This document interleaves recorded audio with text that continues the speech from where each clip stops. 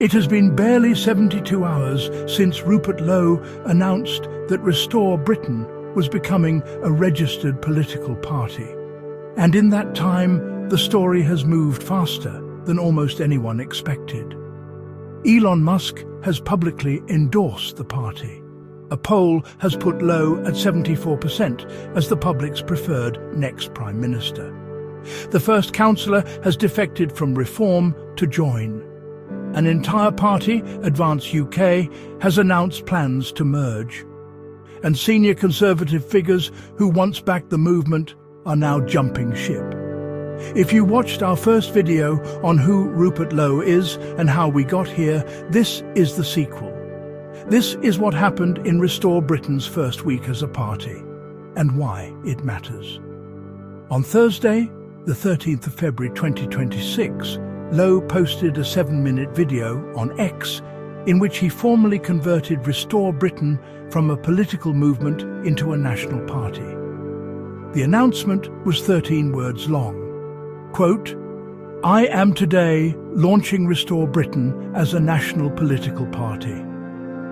But it was the launch speech that got people's attention.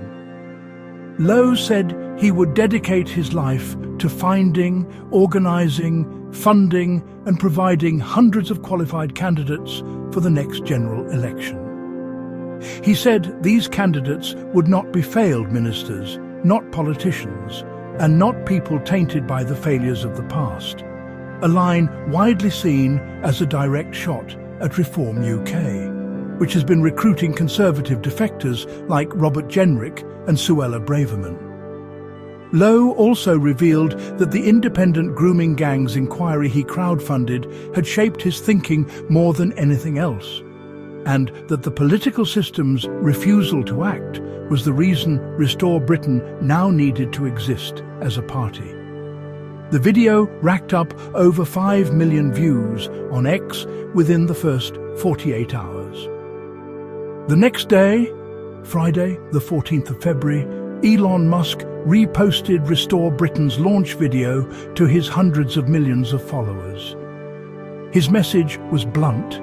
He told people to join Rupert Lowe in Restore Britain because, in his words, Lowe is the only one who will actually do it. This is not the first time Musk has backed Lowe. In January 2025, Musk suggested Lowe should replace Farage as Reform leader. In August 2025, Musk endorsed Advance UK, calling Farage weak sauce, who will do nothing. And now he has thrown his weight behind Restore Britain directly. The Musk endorsement matters for 2 reasons. First, it gives an unknown party instant international visibility. Second, it raises questions about whether Musk's support could translate into financial backing or organisational resources, just as it did when he funded Tommy Robinson's legal costs in 2025. For now, there is no confirmed financial relationship between Musk and Restore Britain. But the signal is clear.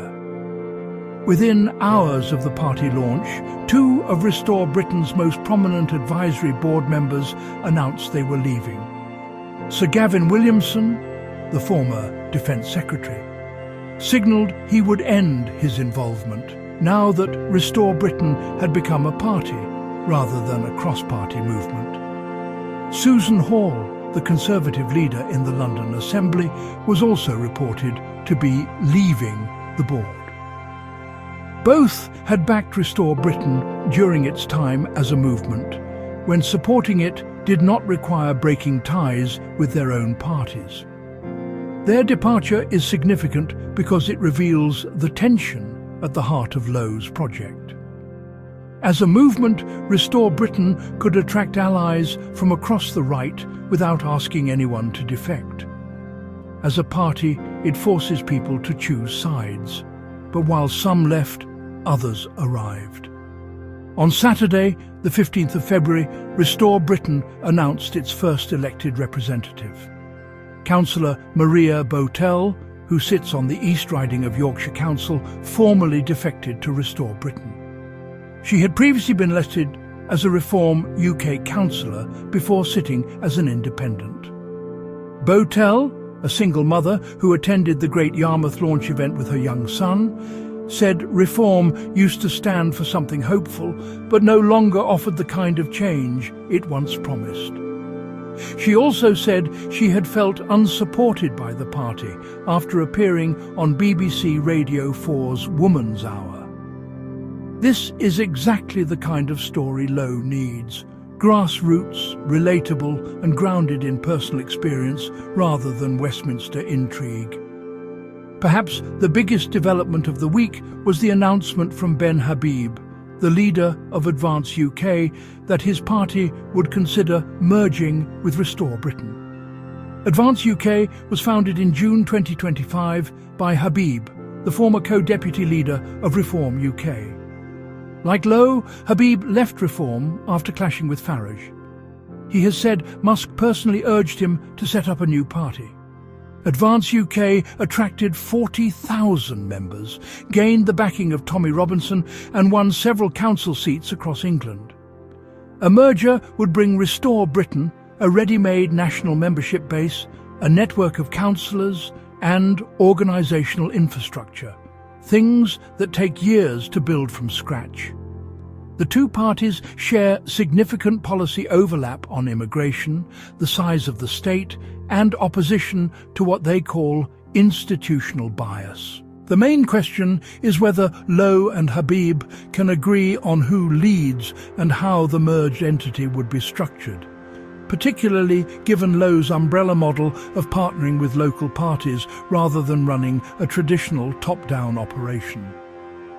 On Sunday, a London Loves Business poll found that 74% of respondents backed Rupert Lowe as the next Prime Minister. Now, a significant caveat. This was an online reader poll, not a nationally representative survey. The publication's audience skews heavily towards the kind of voters already sympathetic to Lowe's message. But even with that caveat, the number is striking because of what it represents, the level of enthusiasm in Lowe's core audience. This is a man who, 12 months ago, was virtually unknown outside political circles. The trajectory from obscure backbencher to a name people associate with the phrase next Prime Minister is remarkable, regardless of whether the polling methodology stands up to scrutiny.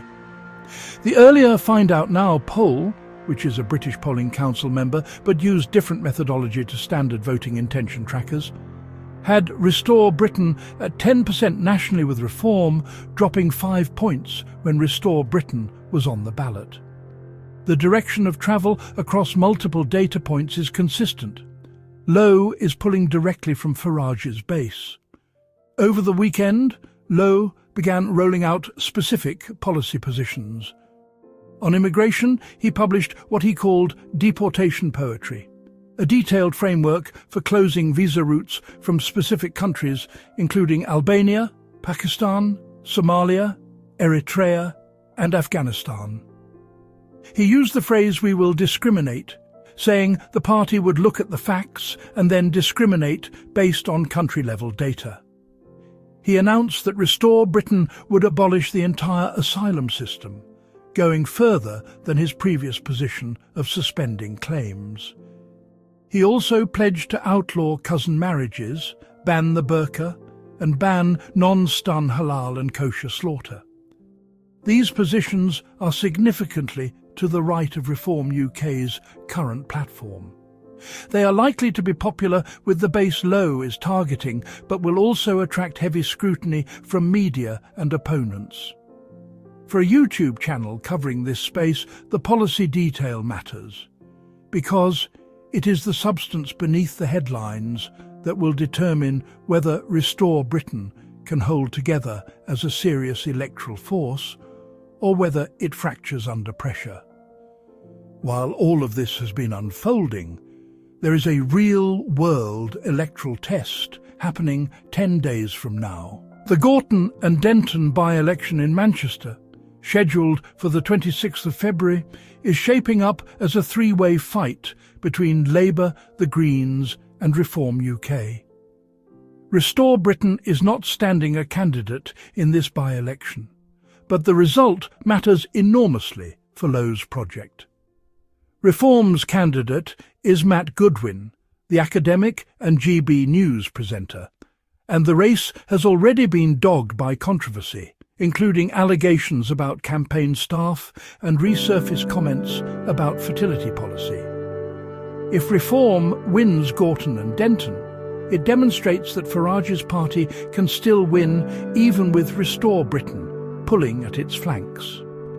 If Reform loses, particularly if it finishes behind the Greens in a constituency where Labour once had a 13,000 vote majority, it will fuel the narrative that the right-wing vote is splitting and that Reform needs Restore Britain more than it would like to admit. Either way, we will be covering the result and what it means for both parties. So where does Restore Britain go from here? The immediate priorities are clear. First, finalise the Advance UK merger and absorb those 40,000 members into a unified structure. Second, recruit candidates for the Norfolk County Council elections. 5 councillors have already been named to stand under the Great Yarmouth First banner.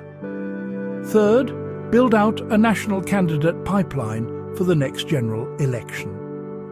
The longer-term challenge is whether Restore Britain can translate social media momentum into real-world electoral infrastructure. Lowe now claims 50,000 members. The party has Musk's endorsement, a sitting MP, at least one councillor, and potentially 40,000 more members from an Advance UK merger.